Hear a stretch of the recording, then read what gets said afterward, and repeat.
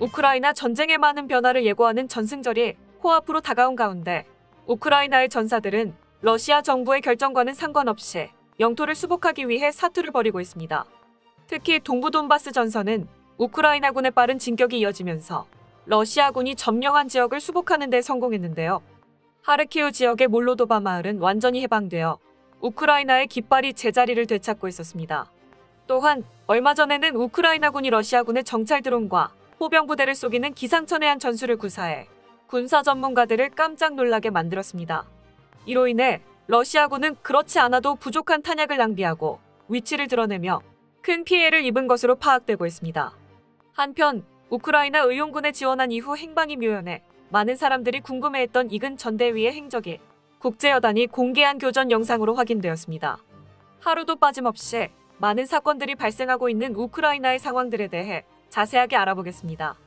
최근 우크라이나 상공에서 KH-101 순항미사일 여러 발이 서부 지역으로 날아가는 모습이 목격되었습니다. 우크라이나 공군은 러시아군이 하루 동안 총 18발의 순항미사일을 발사해 기반 시설을 노렸으며 방공망을 통해 절반 이상의 미사일을 막아냈다고 전했는데요.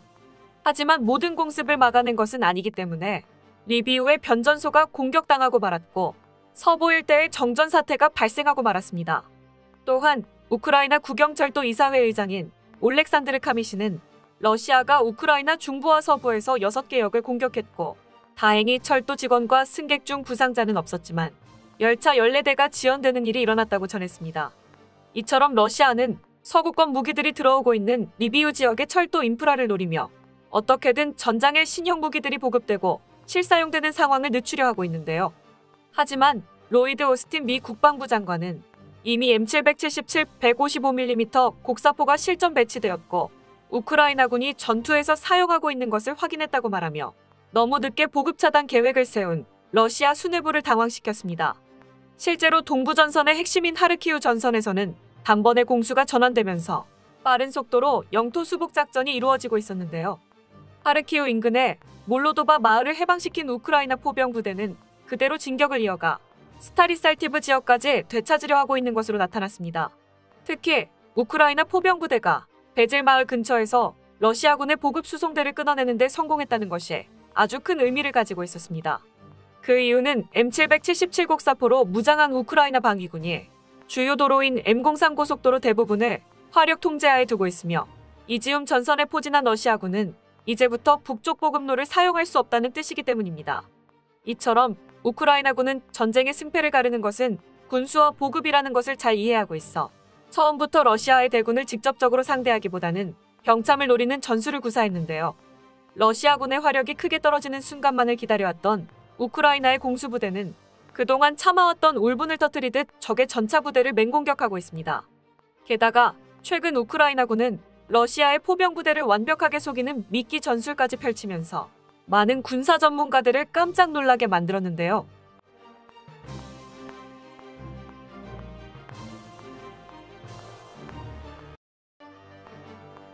영상에서 보신 것처럼 우크라이나군은 참호 속에 마네킹을 설치해두고 러시아군의 포병부대를 유인하면서 포탄이 날아오는 방향으로 적의 위치를 특정하고 있습니다.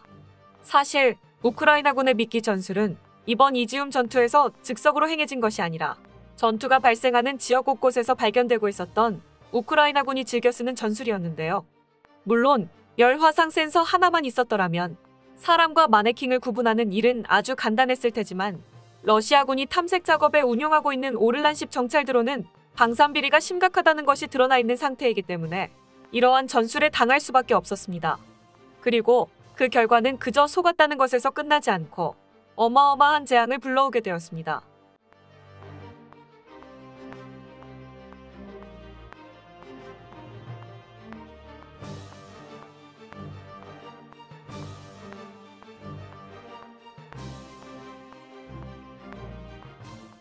방금 보신 것처럼 미끼를 물어버린 러시아군은 결국 진지의 위치가 발각되고 말았고 우크라이나 제30기계 화여단의 포탄 세례를 받아 큰 피해를 입은 것으로 확인되고 있습니다. 이에 따라 우크라이나군은 추이브 방면을 계속해서 파고들면서 이지움 전선에 포진한 러시아 BTG를 반으로 가를 듯이 나아가고 있는데요. 러시아군은 옆구리를 찔려 부대의 대형이 무너지고 포위망에 갇히는 사태를 막기 위해 무작정 진격을 시도했지만 슬로비안스크의 단단한 방어선에 막히면서 애를 먹고 있는 상황입니다. 다만 그렇다고 해서 우크라이나군이 동부전선의 전 지역에서 승리를 따내고 있는 것은 아니었습니다. 시가전이 벌어지고 있는 포파스나 지역에서는 우크라이나 보병부대와 바그너 그룹 간의 교전이 있었다는 보고가 올라왔는데요. 칠러 언론 매체는 바그너 그룹이 우크라이나군을 수세에 몰아넣으며 8명의 병사를 포로로 붙잡았다고 밝혔습니다. 그간 수차례 영상을 조작하거나 거짓 뉴스를 퍼뜨린 전적이 있는 칠러 언론을 완전히 신용할 수는 없으나 이 말이 사실이라면 포파스나 전선을 지키고 있던 우크라이나군은 후퇴했다는 것이 되며 루비즈네 지역에서 일어나고 있는 전투에도 어느 정도 영향을 미치게 될 텐데요. 특히 루비즈네 지역은 국제의용군이 지키고 있는 것으로 추정되고 있기 때문에 더욱 우려 깊은 목소리가 나올 수밖에 없었습니다. 이는 우리나라에서 우크라이나를 지원하기 위해 떠난 이근 전대위가 몸담고 있는 곳이 국제여단이기 때문입니다. 그간 행방이 묘연해 많은 논란과 추측에 휩싸여 있던 이근 전대위의 모습은 국제여단에서 공개한 교전 영상에서 포착되면서 후방에 숨어서 말로만 싸우고 있다고 비난하는 일부 사람들의 주장을 잠재웠는데요.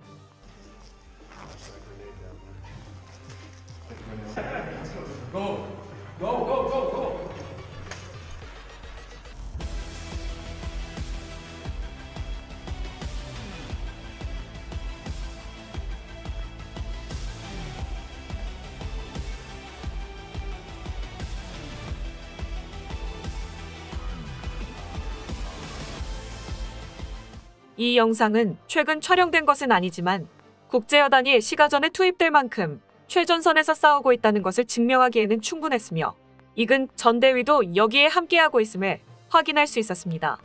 신원을 노출할 수 없는 국제의용군의 특성상 모든 얼굴이 모자이크되어 있음에도 검은색 AMP 헤드셋과 LPG-24 야간 투시경 마운트가 장착된 헬멧, 가슴에 붙인 패치 및 총기에 부착된 3배율 매그니파이어 확대경 등의 장비는 이근 대위가 지난달에 공개한 사진과 정확히 일치했는데요. 국제여단 대원들의 무장 상태가 천차만별이라는 것을 고려했을 때 이와 같은 장비를 보유하고 있는 동양인은 이근 대위 본인뿐이라는 확신을 갖게 만들고 있습니다. 또한 우크라이나의 수도 키이우에서 거주하고 있는 한교민 유튜버가 얼마 전 국제의용군 분들을 만났다면서 이근 대위의 팀원 한 명이 어깨에 총상을 입고 있었다고 전한 소식도 영상의 내용과 일치하면서 신빙성을 더했는데요. 세계 각국에서 경험이 풍부한 인원들로만 구성된 국제여단은 다른 보병부대들과 비교해도 한 차원 높은 전투력을 보이며 우크라이나가 평화를 되찾는 데 일조하고 있었습니다. 특히 세르게이 라브로프 외무장관의 말실수로 인해 러시아에게 완전히 등을 돌린 이스라엘이 파견한 특수부대는 세계 최강을 논할 수 있을 정도로 뛰어난 능력과 높은 임무 달성도를 기록하고 있는 것으로 유명한데요. 특수부대 중에서도 가장 명성이 높은 이스라엘의 사이레 메트칼 부대 역시 국제여단에 합류하여 바그너 그룹이나 체첸 부대 같은 러시아 측의 용병들을 상대할 수 있을 것으로 관측되고 있습니다. 게다가 우크라이나에 힘을 보태기 위해 합류하고 있는 것은 사람뿐만이 아니었습니다. 그동안 말만 많았던 괴물자주포 PGH-2000이 미국제 MLRS 다연장 로켓포 M270과 함께 독일의 슈투트가르트 기차역의 모습을 드러내면서 우크라이나로 수송될 준비를 마쳤는데요. 네덜란드와 이탈리아, 독일 등의 유럽 국가들은 자국이 보유한 PGH-2000을 망설임 없이 내어주면서 전 세계에서도 가장 수량이 적은 것으로 알려진 최강의 자주포가 모두 우크라이나를 향해 나아가고 있는 것으로 나타났습니다. 전승절 행사가 5일 남은 상황에서 만약 러시아가 당일에 총동원령을 내려 대규모 병력을 징집한다고 해도 미국과 나토의 지원이 멈추지 않는 한 상황이 크게 달라질 것 같지는 않은데요. 반면 유일하게 러시아 측의 편을 들어주고 있는 중국은 통신보안 장치가 설치되어 있지 않은 무전기를 지원해 러시아군의 통화 내용을 모두 유출시킨 데이어 이제는 중국산 타이어를 사용하고 있는 러시아군의 장갑차가 조금만 험난한 지형을 만나도 힘을 내지 못하는 말썽을 일으키고 있다는 주장이 나오면서 지원은커녕 오히려 회방을 놓고 있습니다. 실제로 우크라이나군이 러시아군의 멀쩡한 장비를 노획한 곳은 대부분 험난한 지형이었으며 이미 이번 전쟁에서 방산비리 문제가 심각하다는 것이 밝혀진 러시아 국방부가 값싼 타이어를 쓰고 있었다고 해도 전혀 이상할 것이 없었습니다.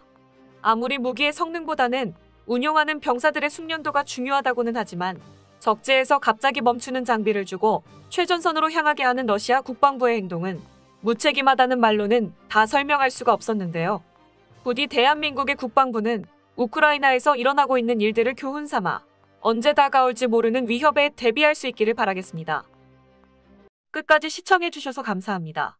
도움이 되셨다면 좋아요를, 다른 이야기도 궁금하시면 구독을 눌러주세요.